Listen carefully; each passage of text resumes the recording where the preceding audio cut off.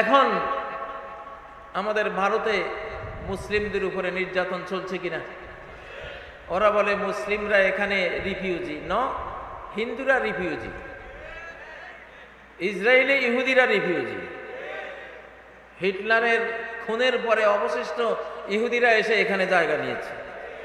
এখানে ফিলিস্তিনিরা হলো মূল আদিবাসী অধিবাসী, আর ইহুদিরা হলো এখানে রিফিউজি। ভারতবর্ষে হিন্দ নামটা হচ্ছে নূহ আলাইহিস সালামের নাতির নাম।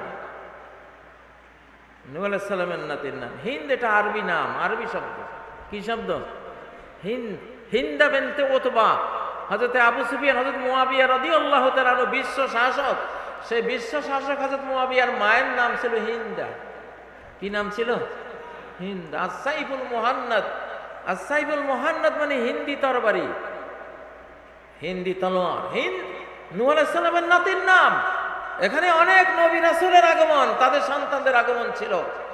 আদম থেকে হযরত নূহ আলাইহিস সালাম পর্যন্ত কোন শিরিক ছিল না, মূর্তি পূজা ছিল না। সবাই একত্ববাদী মুসলিম ছিল। কি ছিল? একত্ববাদী মুসলিম ছিল। তো ভারতের মুসলিমরা তোমরাও হীনমন্যতায় ভুগবে না, তোমরা ভারতে ভূমিপুত্র তোমরা। এবং ভারতেও ইসলামটাই মূল ছিল, পরে মানুষ গোমরা হয়ে মূর্তি পূজা করেছে। আগে মানুষ আল্লাহ পূজারী ছিল, ঠিক না? কি ছিল? কানা বাইনা আদম ওয়া নূহিন আশারাতু কুরুন কুল্লুহুম আলাল ফিতরা আলাল ইসলাম। ইবনে আব্বাস বলেন, আদম থেকে নূহ পর্যন্ত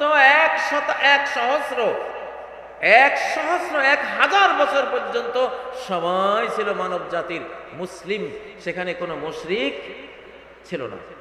পৃথিবীর প্রথম ধর্মের নাম কি? ইসলাম।